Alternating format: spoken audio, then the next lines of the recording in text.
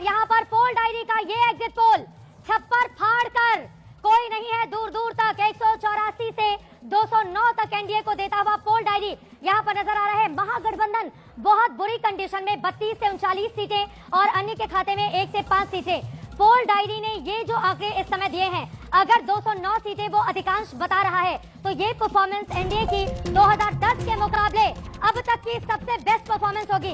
यानी कि बीते 20 सालों में अगर ये आंकड़ा तब्दील हो जाता है एग्जैक्ट पोल में जो 14 नवंबर को आएंगे, तो अब तक का बेस्ट आंकड़ा एनडीए के लिए रहेगा, क्योंकि उस समय 206 सीटों पर जीत हासिल हुई थी, जिसमें जेडीयू ने कमाल का प्रदर्शन करते हुए 115 सीटें अकेले हासिल की थी 2010 में और 91 सीटों पर भारतीय जनता पार्टी को जीत हासिल हुई थी। फिलहाल आपको बताते चले पोल डायरी का आंकड़ा बता रहे हैं और यहाँ पर हम आपको ब्रेकअप भी दिखा रहे हैं। पोल डायरी का जो आंकड़ा है महागठबंधन के लिए बुरी स्थिति, बुरी कंडीशन पैदा कर रहा है। 32 से सिर्फ 39 सीटें, 49 सीटें, 32 से 49 सीटें, वो भी तब जब नौकरी का वादा करके लगातार युवाओं को अपनी तरफ आकर्षित करने का काम तेजस्वी यादव की ओर से किया गया। आरजेडी 20 से 27 सीटें। 2010 की जो परफॉर्मेंस थी आरजेडी की, ऐसा लग रहा है कि अगर ऐसा होगा तो फिर ऑल टाइम लो का ये आंकड़ा आरजेडी का दिखाई दे रहा है इस वक्त पोल डायरी का। हालांकि ये एग्जिट पोल है, ये एग्जिट पोल है, फाइनल आंकड़े आएंगे 14 तारीख को, लेकिन एग्जिट पोल एक इशारा करता है। एग्जिट पोल ये बताता है कि आखिर हवा किस ओर बह रही है और एग्जिट पोल के आंकड़े जिसके पक्ष में नहीं आते हैं वो 14 तारीख का इंतजार कर सकता है। लेकिन यहाँ पर ये बहुत बड़ी खबर है। सीधे मैं चलती हूँ भारतीय जनता पार्टी के शर्मा जी के पास। के शर्मा जी, अब अभी से लड्डू आप खिलाने मत लग जाइएगा कि 4 एग्जिट पोल के आंकड़े आए चारों में और इस पोल डायरी ने तो कमाल का, मतलब 2010 का भी रिकॉर्ड तोड़ दिया। के शर्मा जी, आप लड्डू खाने से क्यों डर रही हैं चित्रा जी? नहीं, आपको खाना है ना, मुझे तो खाना ही है।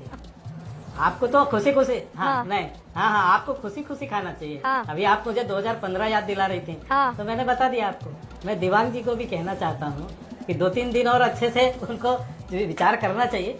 निश्चित रूप में 2014 तारीख को हम उनका भरपूर संतुष्टि उनको भी कर देंगे चुनाव जीत कर। मैं एग्जैक्ट पोल को दिशा ही मानता हूँ कि ये केवल एक दिशा दिखलाता है, लेकिन जो सत्य है उससे इनकार नहीं किया जा सकता। और यहाँ पर बैठ के अभी मुझे तो आश्चर्य हो रहा था, ये तो राहुल गांधी की पूरी थ्योरी ही पलट गई। राहुल गांधी ने उस दिन प्रेस कॉन्फ्रेंस में कहा कि हरियाणा के एग्जैक्ट पोल ये दिखा रहा था कि हम चुनाव जीत रहे थे और फिर हमें जो है चुनाव हरा दिया गया। तो अभी जो मित्र ये कह रहे हैं कि एग्जिट पोल पे आप जीतते हुए दिखाई दे रहे, तो ये एकदम उलट थ्योरी है इसकी, राहुल गांधी की।